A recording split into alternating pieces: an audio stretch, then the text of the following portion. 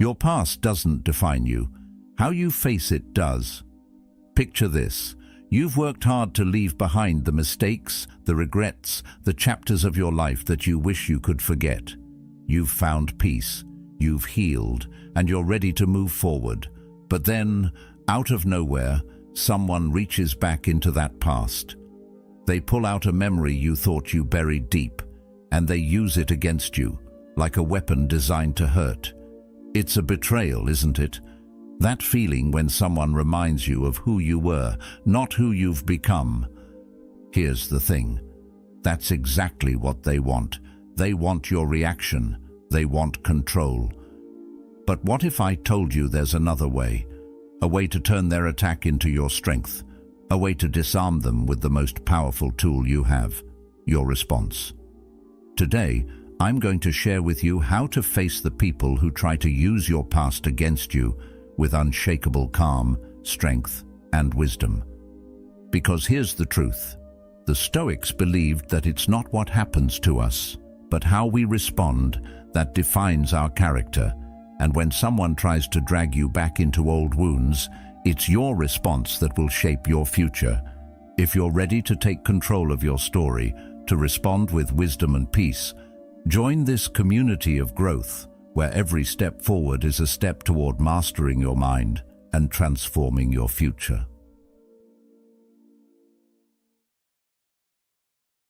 When someone dredges up your past, the first instinct is often to deny it, to push it away. We all do it at some point, try to bury the mistakes and the regrets so deep that they're hard to find. The thing is, rejecting your past doesn't make it go away. It only gives others the power to bring it back whenever they want, and that's where the real problem lies. By denying it, you give them control. But here's something most people never realize. The most powerful response you can give is simply saying, "Yes, that happened." There's power in acceptance. No excuses, no shame, no guilt, just the truth of what happened. And when you stand there, calmly accepting your past, you disarm the person trying to use it against you. You take the sting out of their words. Why? Because when you own your story, you're the one in control. It's not about celebrating your mistakes or pretending they didn't happen. It's about acknowledging that you've learned from them and they no longer define you. The Stoics believed that the path to freedom lies not in fighting the past, but in accepting it. Marcus Aurelius wrote, "The impediment to action advances action.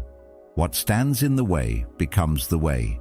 In other words, the things we want to forget, the things that hold us back, are often the very things that push us forward once we stop resisting them. When you can look back at your past with honesty and not let it control you, you start to understand that the very thing you once wanted to hide from is now your source of strength. It's not about erasing the past, it's about making peace with it. We all have a tendency to hide parts of ourselves, those mistakes we wish we could erase. It's almost instinctual. The ego wants to protect us from feeling vulnerable, from being judged. But here's the thing, the more you deny your past, the more you hand over your power. You're allowing others to rewrite your story for you. But when you stop fighting, when you accept that your past is a part of you, you take back control of your narrative. You stop letting others hold the pen to your life. Think about it this way. When you're willing to say, "Yes, that happened," you stop running from it. You stop letting it define your every move. Instead, you let it teach you. You let it become the very thing that shapes the person you are today. The Stoics didn't shy away from their flaws or failures. They faced them head-on and used them as fuel for growth. When someone points out your past mistakes or your failures, they're looking for a reaction. They want you to feel small, to shrink back, to defend yourself. But when you own your past, when you don't need to defend it, you take away their power. The simple acknowledgement of your history takes the sting out of their words. You're not denying it. You're just no longer afraid of it. So, Next time someone tries to use your past against you, remember, acceptance is your strength. When you stop rejecting your story, you free yourself from the weight of it. You transform something once painful into a testament of your growth. This doesn't mean you have to feel proud of every moment or mistake, but it does mean you stand firm in the truth of who you are, knowing that your past doesn't define you. Your response to it does. It's easy to hide, to pretend things didn't happen. But when you face your past without shame, when you say, "Yes, that happened," you begin the process of freedom.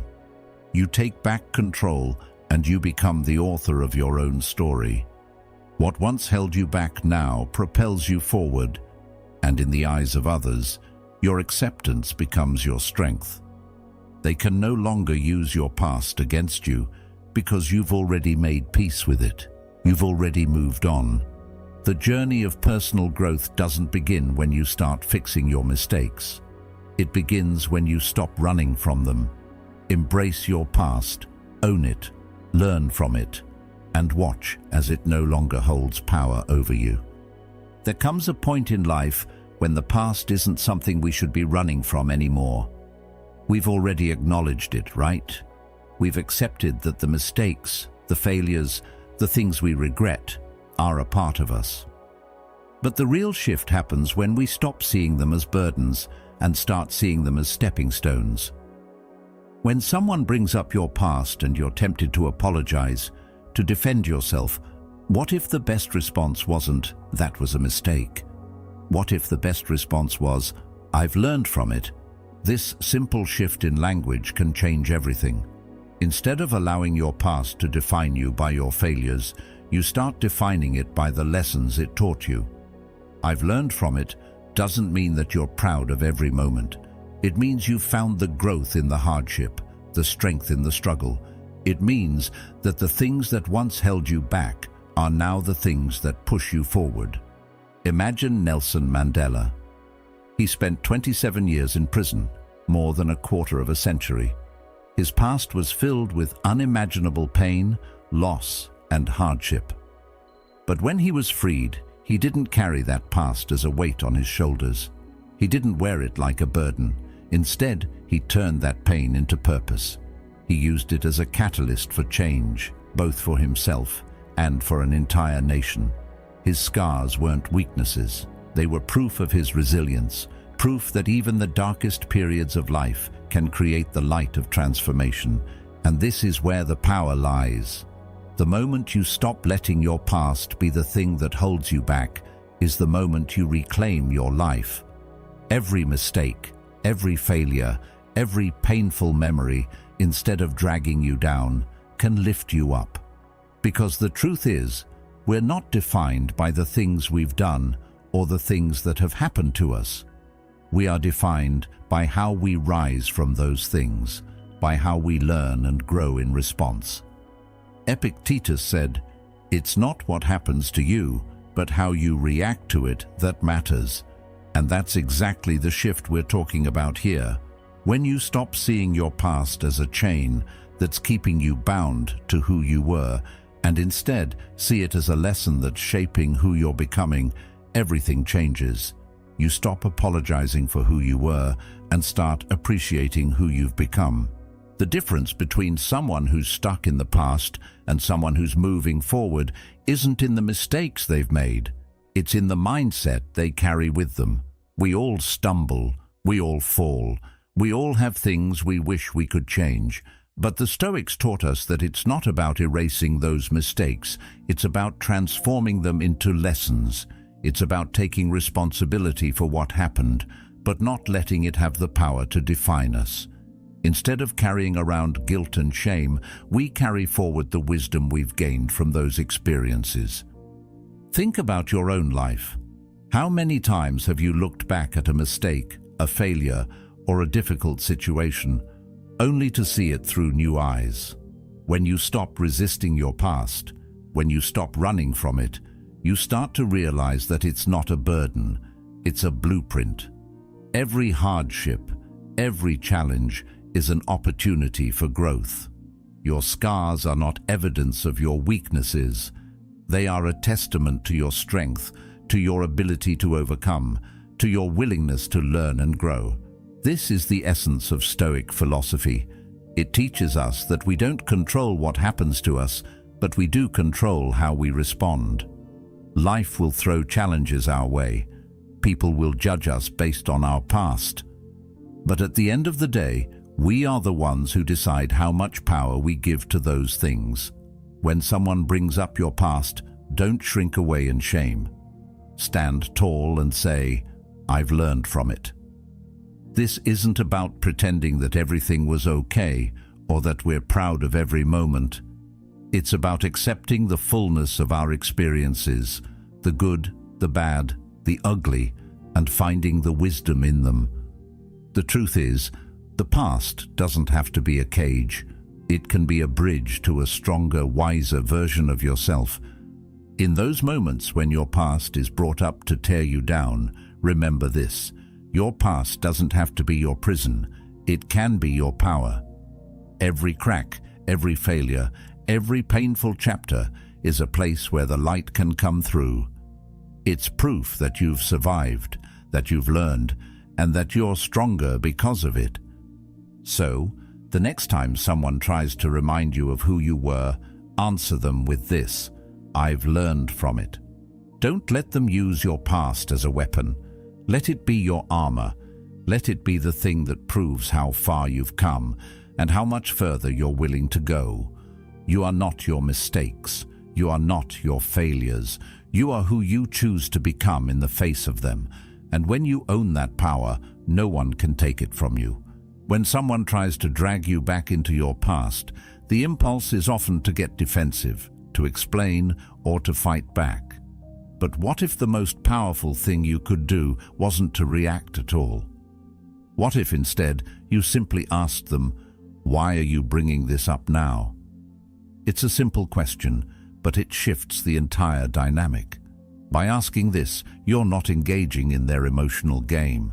You're stepping outside of it, creating space to observe their motives instead of just reacting to their words. It's amazing how much power lies in the act of pausing and asking a question. When someone brings up your past, it's easy to feel like they're putting you on trial, like they're forcing you to defend who you were.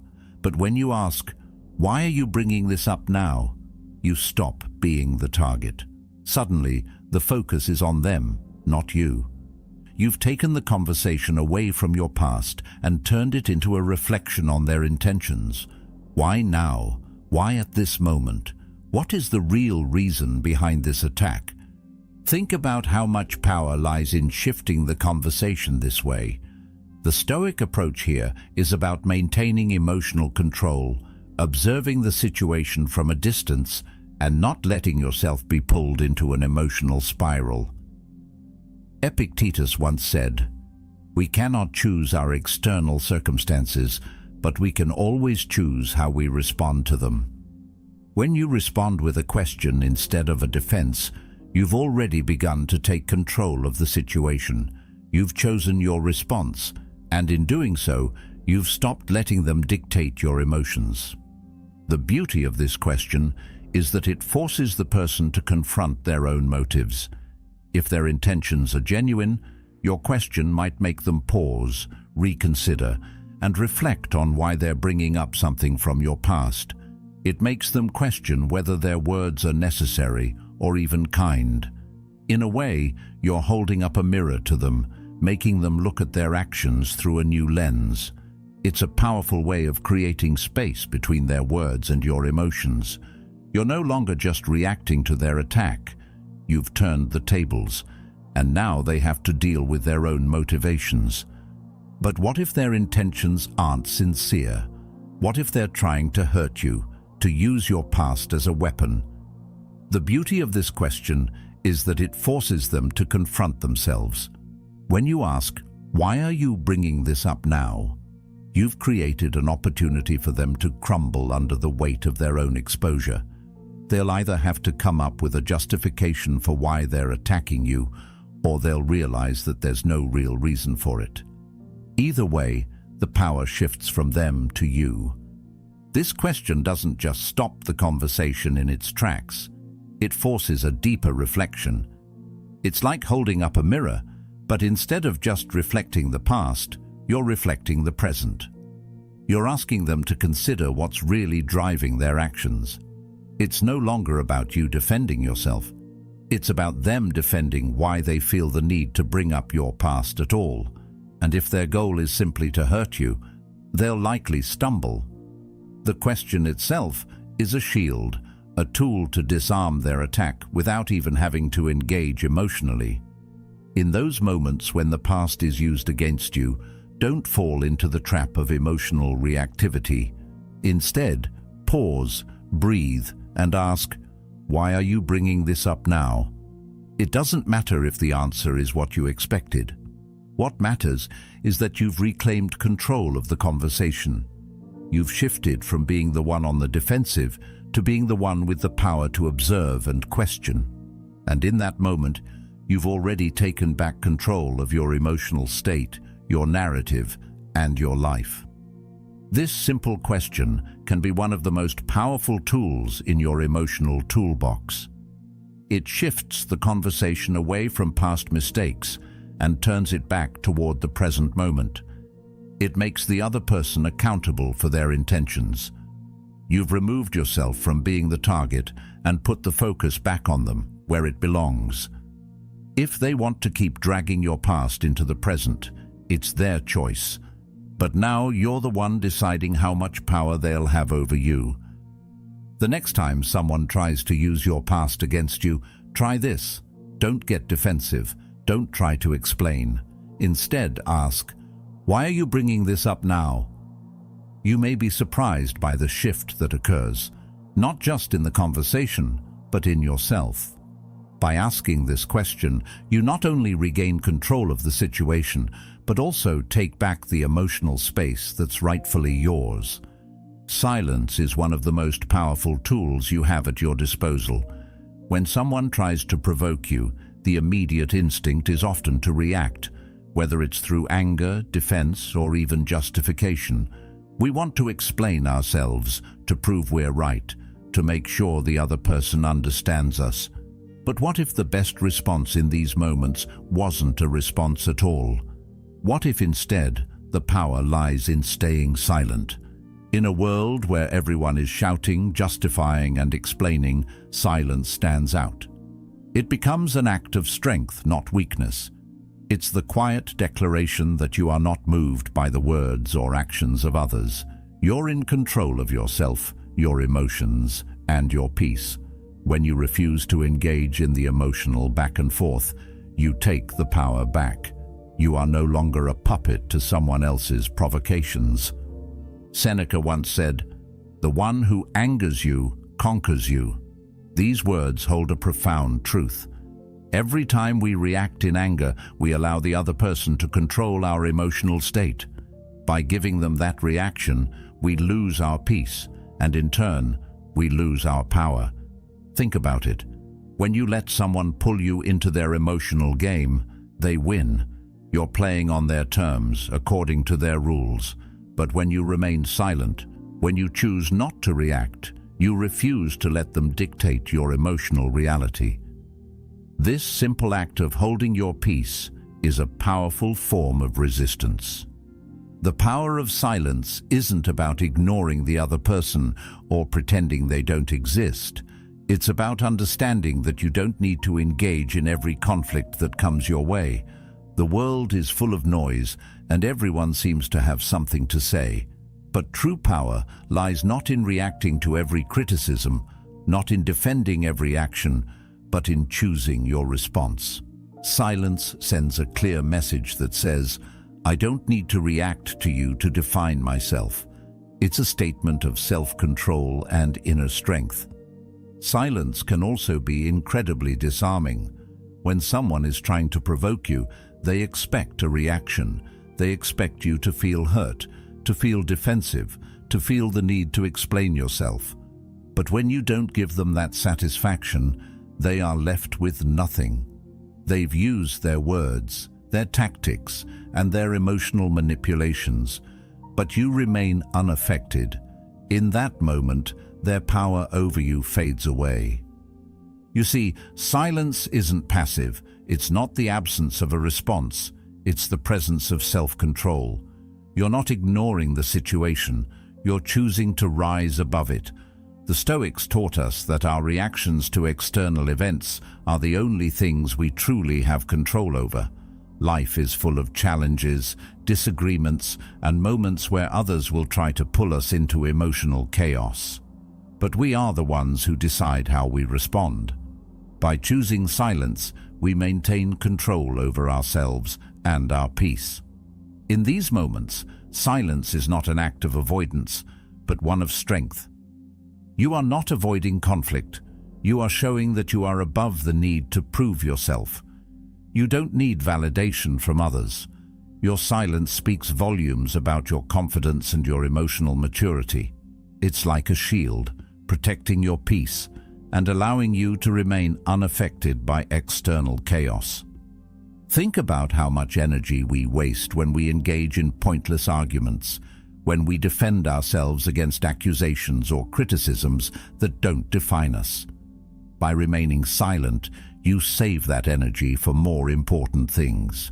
You preserve your emotional resources rather than draining them on an argument that likely won't change anything. And the beauty of it is that you don't have to say a word to make your point. Your actions, your calm, composed response, speak louder than any words ever could. In moments of conflict, silence allows you to listen, not just to the other person, but to yourself. It gives you the space to think, to reflect, and to understand the situation without getting swept away in the emotional current. Sometimes the best thing you can do is step back, breathe, and simply observe. It's in these quiet moments that clarity often emerges. You start to see the situation for what it truly is, not what your emotions are telling you it is. Remaining silent doesn't mean you're passive or that you've given up. In fact, it's often the most powerful action you can take. When you refuse to be dragged into a confrontation, you hold on to your peace and show the world that you are not a slave to your emotions or the words of others. By choosing silence in the face of provocation, you create space for personal growth and emotional resilience. It is in these moments that you show yourself and the world that you are in control of your reactions, your mind, and your peace. When the noise of the world tries to pull you in, let your silence be the loudest statement of all. At the end of the day, it's not about being right. It's about having peace. So often, we get caught up in defending ourselves, in trying to prove that we've changed, that we're different now. But here's a simple truth. Your peace is far more valuable than being right. Your growth is more important than trying to justify your past. The reality is, your past doesn't define you. How you face it, how you carry it with you, that's what truly shapes who you are. When someone tries to remind you of who you were, it can feel like a punch to the gut. Maybe they bring up an old mistake or a part of you that you've long since outgrown. It stings, doesn't it? The temptation is to react, to defend yourself, to prove that you're not the person they think you are. But what if instead you smiled? Not out of shame, not out of pride, but in peace. Because the truth is, you know you're not the person they're trying to paint. You've learned, you've grown, and you are free from the weight of who you used to be. This isn't about denying your past or pretending it didn't happen. It's about letting go of the emotional weight you've carried for so long. You don't need to prove anything to anyone. You don't need to justify yourself, to fight for their approval, or to explain how much you've changed. The most freeing thing you can do is stop trying to convince people of your growth. Those who truly see you don't need an explanation. They understand the transformation without words. And for those who refuse to see it, no explanation will ever be enough. Marcus Aurelius once said, "Waste no more time arguing what a good man should be. Be one." This simple yet profound statement cuts through the noise. The Stoic wisdom here is clear. Stop wasting time defending yourself. Just live in a way that reflects your growth. The more you try to justify, the more you tie yourself to the past. The more you defend who you were, the more you risk being caught in the web of who you used to be. Instead, just be. Be the person you've become. Live in the peace that comes from being confident in who you are today, without needing to prove anything to anyone. The struggle to be understood, to make others see our worth, can be exhausting. We can spend years fighting to be seen in the light we think we deserve. But there's a deeper truth. Your worth doesn't depend on how others see you. It depends on how you see yourself. Your growth is yours to own, and no one can take that from you. When you stop seeking validation, when you stop trying to prove your worth to others, you reclaim your peace. You take your power back from the people who once held it in their judgment, in their opinions of who you were. There's a freedom in not needing to explain yourself. Think about it. Every time you feel the need to justify your past, you're letting someone else's opinion dictate your emotional state. You're handing them the keys to your inner peace. But when you let go of that need for approval, when you stop fighting to prove that you've changed, you take back control. You become the authority on your own life, and the only opinion that truly matters is your own. Your peace is yours to protect, and you don't have to give anyone the power to disturb it. We all have parts of our past we'd rather forget, parts of us that we feel embarrassed by, that we feel should stay hidden. But the Stoics remind us that it's not about erasing those parts of ourselves. It's about accepting them and moving forward. It's about choosing peace over perfection. You don't need to be perfect, and you don't need to have all the answers. You just need to embrace who you are now without being tied to who you were. When someone brings up your past, remember, it's not about you, it's about them. If they can't see your growth, it's because they're still stuck in the past themselves. But that's not your burden to carry. Your only responsibility is to keep moving forward, to continue growing, to keep building the person you are becoming. As Carl Jung wisely said, "I am not what happened to me, I am what I choose to become." This is the key. You are not defined by your past. You are defined by what you choose to do with it. So, let go of the need to prove anything. Let go of the need to explain yourself. Smile, not out of pride or shame, but in peace, because the truth is, you've already moved on. You've already grown.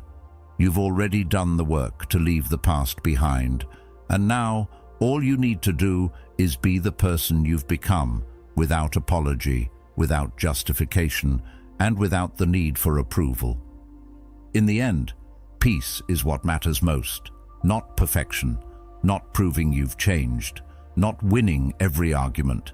Peace is the foundation on which everything else is built. When you stand firm in your peace, when you let go of the need to defend who you were, you become unstoppable. So, smile. You've already moved forward, and the only thing left is to keep moving. Remember, your peace is your true power. It's not about being perfect, not about defending who you were, but about embracing who you've become. So, choose peace over perfection, and let go of the need to prove yourself. And if you're ready for more, check out the video on the screen. It's the next step on your path to peace.